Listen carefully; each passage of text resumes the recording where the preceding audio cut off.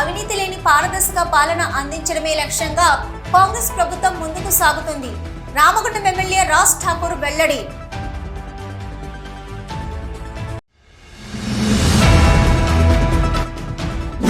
Ramagundam medical కళాశాలలో ఘనంగా doctors day వేడుకలు.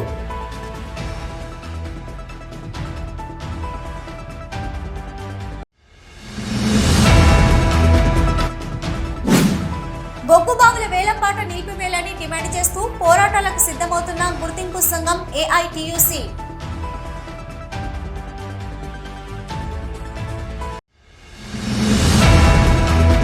జూన్ మాసంలో 103% బొగ్గు ఉత్పత్తి సాధించిన ఆర్జీవన్ ఏరియా జీఎం చింతల శ్రీనివాస్ వెల్లడి.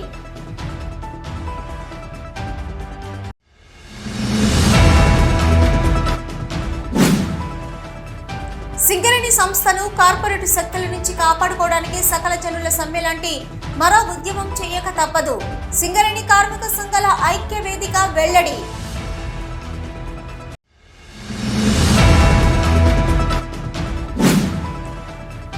పదవి విరమణ పొందిన మహిళా సెక్యూరిటీ గార్డు రాజమణిని ఘనంగా సన్మానించిన ఆర్జీవన్ సెక్యూరిటీ ఆఫీసర్ వీరారెడ్డి.